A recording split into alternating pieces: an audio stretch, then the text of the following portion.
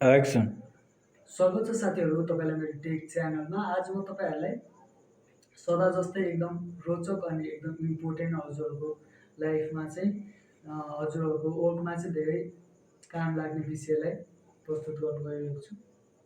जुन चाहिँ हजुरहरूले लाइक घरमै बसी बसी हजुरहरूको इलाकामा मतलब हजुरहरूको वडामा चाहिँ हजुरहरूको जिल्लामा के भइरहेको छ, कति चाहिँ हजुरहरूको वडालाई या हजुरहरूको गाउँलाई चाहिँ कति विकासको लागि कति बजेट पर्यो, यस्तै यस्तै कुराहरू चाहिँ धेरै यहाँ हजुरहरूले यहीँ बसेरै घरमै बसेरै सबै कुराहरूको अपडेट पाउन सक्नुहुन्छ।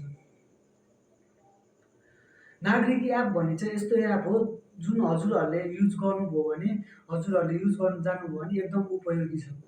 यो सबैको लागि हो। यो धेरैले थाहा नहुन पनि सक्छ।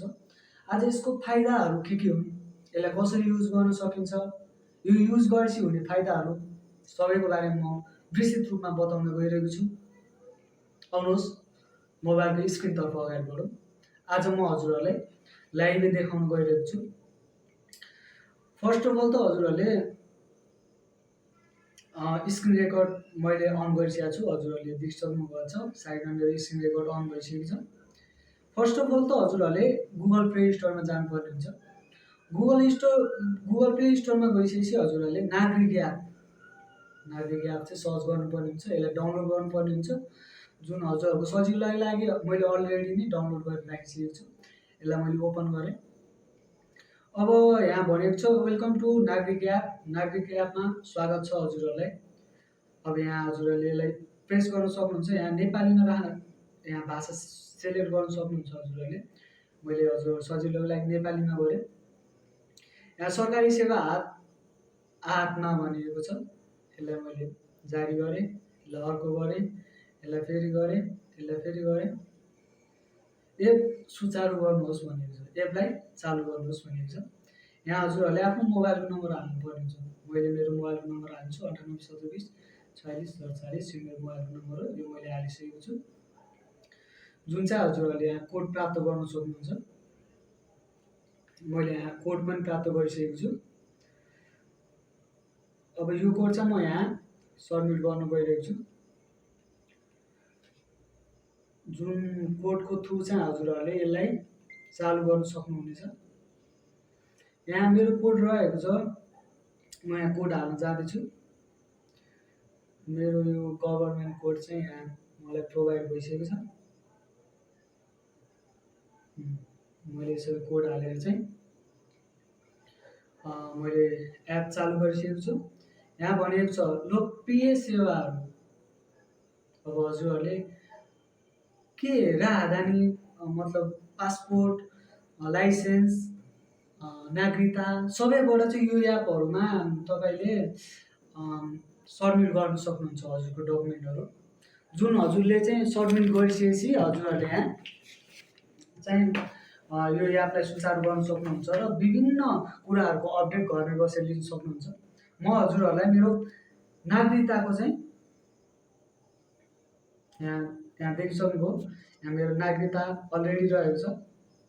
यसलाई मैले 6मा गर्नुपर्ने हुन्छ, किनभने यो मेरो अलरेडी नै यहाँ मैले यसलाई गरिसकेको छु। अब मैले गर्नुपर्ने हुन्छ यहाँ गएर कागजातमा चाहिँ हजुरहरूले यहाँ देखिसक्नुभयो मैले नागरिकतामा गरेको छु। यसलाई कपी पनि गर्न सक्नुभयो। मेरो विवरण भनेको चाहिँ यहाँ रामकुमार पाठक, मेरो नागरिकताको नाम पनि यहाँ समावेश भइसकेको छ। यहाँ हजुरहरूले देखिसक्नुभयो। यहाँ विभिन्न हजुरहरूलाई अप्सन दिएको हुन्छ। मेरो अलरेडी लगइन भइसकेको छ। मैले अलरेडी लगइन गरेर राखिसकेको छु हजुरहरूलाई। यदि हजुरहरूलाई लगइन गर्न आउँदैन भने चाहिँ हजुरहरूको राहदानी पासपोर्टको नम्बर, यदि अब हजुरहरूसँग पासपोर्ट छैन भने नागरिकताको नम्बर या लाइसेन्सको नम्बरले चाहिँ यसलाई चाहिँ हजुरहरूले सुचारू गर्न सक्नुहुन्छ। यो एकदम फाइदाजनक छ, जुन हजुरहरूलाई म थोरै डेमो देखाउन गइरहेको छु। यहाँ भनेको छ अब हजुरहरूलाई के बारेमा चाहिँ हजुरहरूले हेर्न चाहनुहुन्छ।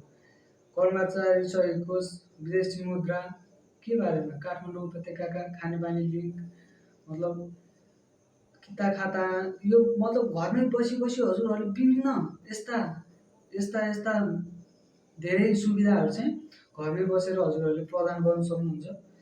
जुन चाहिँ यो एकदम मेहनत लाग्छ हजुरहरूले अब वडामा गएर बुझ्नुपर्ने हुन्छ। अब हाम्रो गाउँमा चाहिँ कति बजेट परेको छ, कति बजेट पर्यो, कति के को लागि पर्यो, कति बजेट चाहिँ के को लागि छुट्याइयो, या धेरै कुराहरू हजुरको वडामा चाहिँ कतिवटा गाउँपालिका, कतिवटा नगरपालिका या यस्तै थुप्रै कुराहरू चाहिँ यहाँ समावेश गरिएको छ। यहाँ कोभिड खोप भनेको छ। हजुरहरूले आफ्नो कोभिड खोप चाहिँ यहाँ यसरी लगइन गर्नुभयो भने यहाँ सदैव रहन्छ। यहाँ नागरिकता भइहाल्यो, यहाँ राजधानी, यहाँ नागरिकता, यहाँ सवारी चालक अनुमति भनेको लाइसेन्स। यहाँ चाहिँ हजुरहरूले विभिन्न विभिन्न यहाँ देख्न सक्नुहुन्छ, विभिन्न जति थप गर्नुभयो हजुरहरूले त्यति नै धेरै चाहिँ यहाँ सेवाहरू प्रदान गर्न सक्नुहुन्छ। यहाँ हजुरहरूले गर्नुपर्ने भनेको यति नै हो। यदि हजुरहरूले यो एप चाहिँ यदि चलाउन जान्नु भएको छैन भने यो भिडियो पुरै हेर्नुहोस्। यो भिडियो हजुरहरूकै लागि मैले बनाएको हो। यो एपमा चाहिँ हजुरहरूले हजुरको लाइक डकुमेन्ट चाहिँ सबमिट गर्नु भएपछि लाइफ टाइमको लागि यो एप रहन्जेलसम्म, हजुरको मोबाइल रहन्जेलसम्म चाहिँ यो कहिले पनि डिलिट हुने छैन। यो एकदम लाभदायक छ। हजुरहरूलाई यही सूचना दिनको लागि, यही नागरिक एपको चाहिँ सूचना दिनको लागि चाहिँ म हजुरहरूलाई आज यो भिडियो लिएर आइसकेको छु। यदि भिडियो मन परे लाइक, सेयर र सब्सक्राइब गर्न नबिर्सिनु होला। अर्को भिडियोमा फेरि भेट्दछु भन्दै अहिलेको लागि बिदा हुन चाहन्छु। हस्त, धन्यवाद। कस्तो भयो?